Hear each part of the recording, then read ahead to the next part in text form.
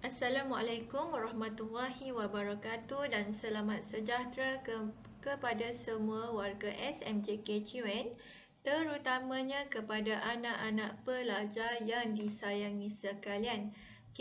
Negara kita sering digemparkan dengan berita-berita berkaitan dengan buli yang mengakibatkan sehingga kematian, juga kecederaan yang serius kepada mangsa buli. Dengan itu, Kementerian Pendidikan Malaysia dengan kerjasama semua sekolah telah mengadakan satu program iaitu kempen kesedaran Jom Hindar Buli. Dan dengan ini cikgu ingin memberi sedikit taklimat. Taklimat berkaitan Jom Hindar Buli ataupun Stop Bullying. Apa itu buli? Definisi buli. Definisi buli menurut Wikipedia Bahasa Melayu, buli bermaksud perbuatan mengasari orang yang lemah dengan tujuan atau maksud untuk menunjukkan kekuatan masing-masing. Buli adalah tingkah laku agresif yang berulang bertujuan menyakiti individu lain dari segi fizikal, mental atau emosi. Jenis-jenis buli. Terdapat beberapa jenis buli. Yang pertama adalah buli fizikal. Contohnya, memukul, menumbuk, menendang atau merampas barang orang lain. Seterusnya, buli verbal. Seperti mengejek ataupun mengutuk secara melampau atau berkata kasar kepada mangsa. Seterusnya, buli mental, iaitu seperti memulau, menghasut dan juga mengumpat. Seterusnya, buli cyber, menggunakan media sosial seperti WeChat, WhatsApp, Telegram, Instagram dan sebagainya untuk melakukan buli. Siapa yang terlibat dalam kes buli biasanya? Karakter utama untuk kes buli terbahagi kepada 4 karakter. Karakter yang pertama ialah pembuli. Orang yang ada kekuatan, keupayaan yang mendominasi sesuatu kes buli tersebut. Dia kurang rasa empati dan dia adalah seorang yang agresif dan mudah marah. Dan seterusnya, karakter yang kedua adalah mangsa. Mangsa adalah terdiri daripada orang yang pemalu, orang yang pendiam, orang yang tahap kebimbangannya tinggi, sentiasa rasa kurang selamat dan orang yang pasif. Itu adalah mangsa yang sering dibuli.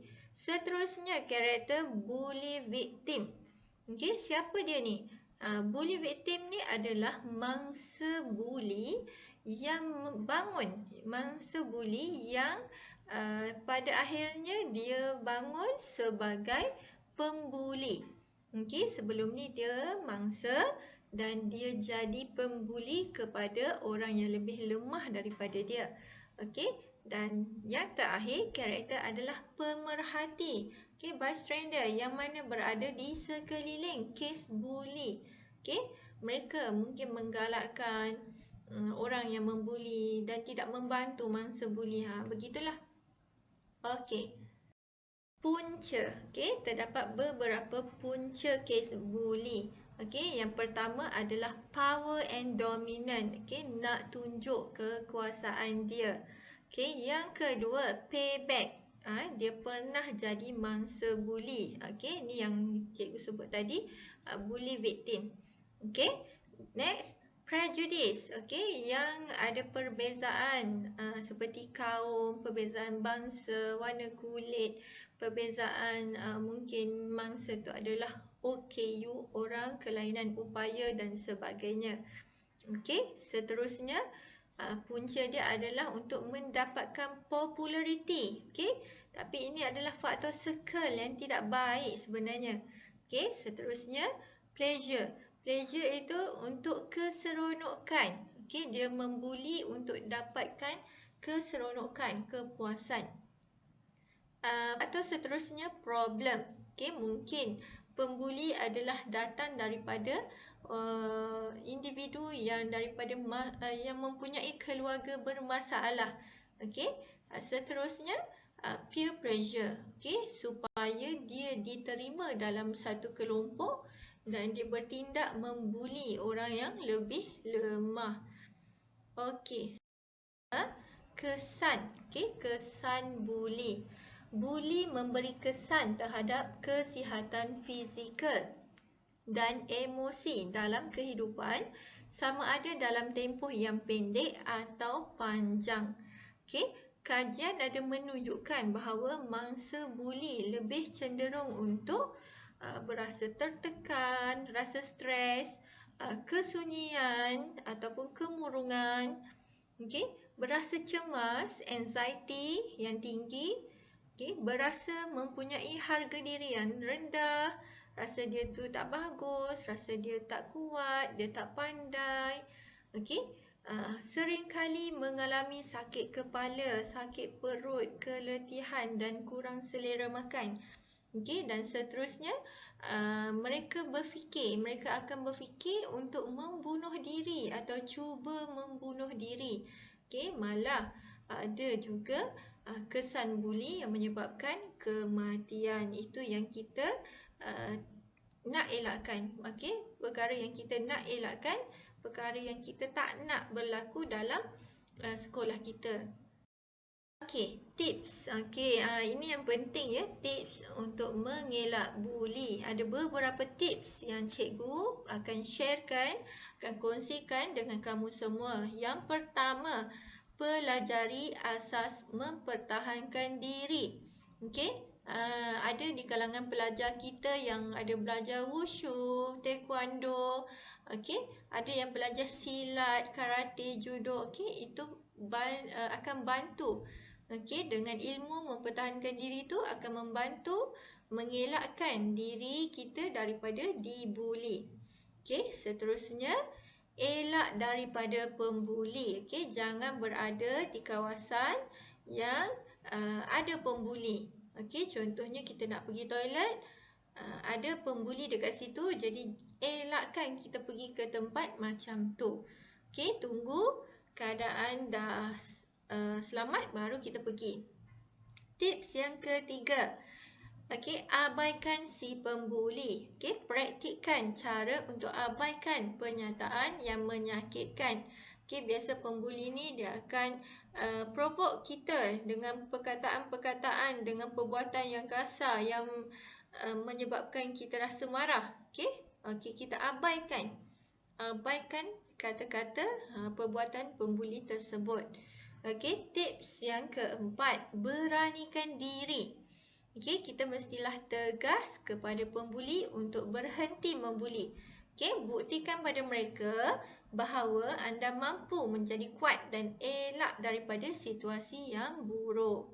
Okey, tips yang kelima, tahan kemarahan anda. Okey, ianya adalah biasa untuk merasa sedih, untuk takut atau menangis. Namun, itulah apa yang disukai oleh para pembuli. Jadi, kamu kena tahan kemarahan kamu, tahan perasaan kamu.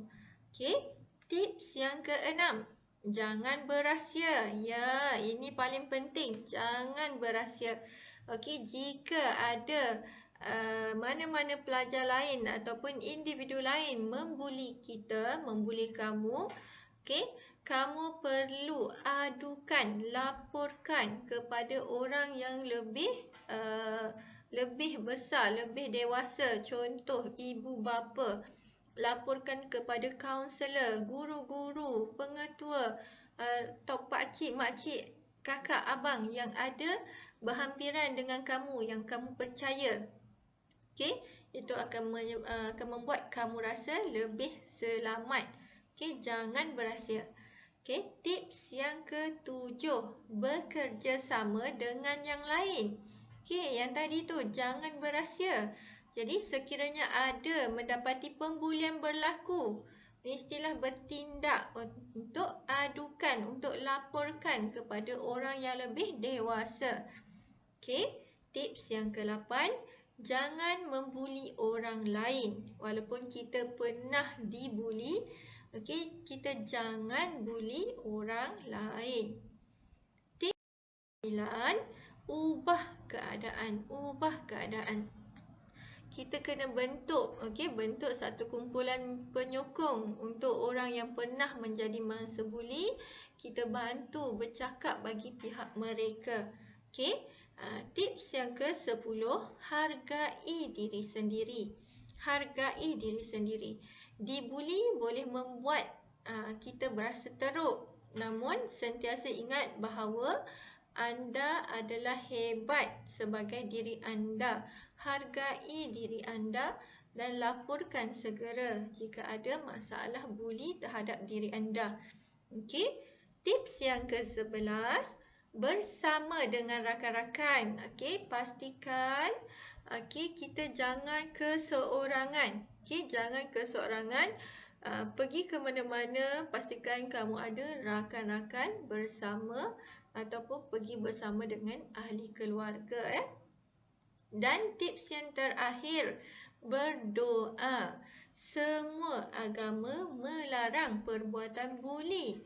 Okey, berdoa agar anda diberikan keselamatan dan dilindungi dari menjadi mangsa pembuli.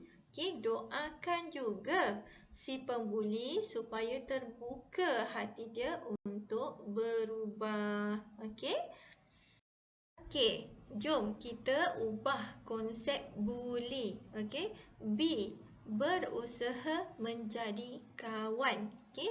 B, berusaha menjadi kawan. U, ucap. U, ucap perkataan yang baik. Okey, bercakap dengan perkataan yang baik. L, lihat dan laporkan kes buli. Lihat dan laporkan segera kes buli. Okey, I, insaf. Insaf dan bersimpati.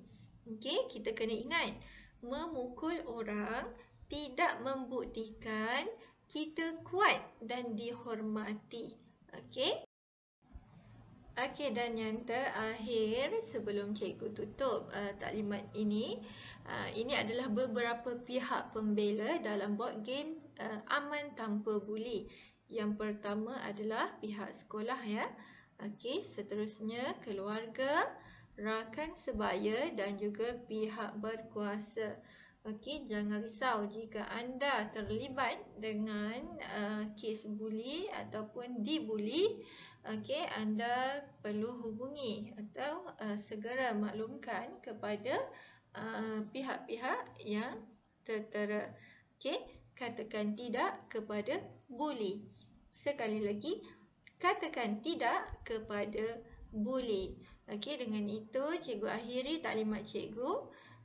Cikgu juga ingin ambil kesempatan untuk mengucapkan Selamat Tahun Baru Cina kepada semua warga Ciwen, Kongsi Facai, dan Sinyan Kuala. Okey, sekian, terima kasih.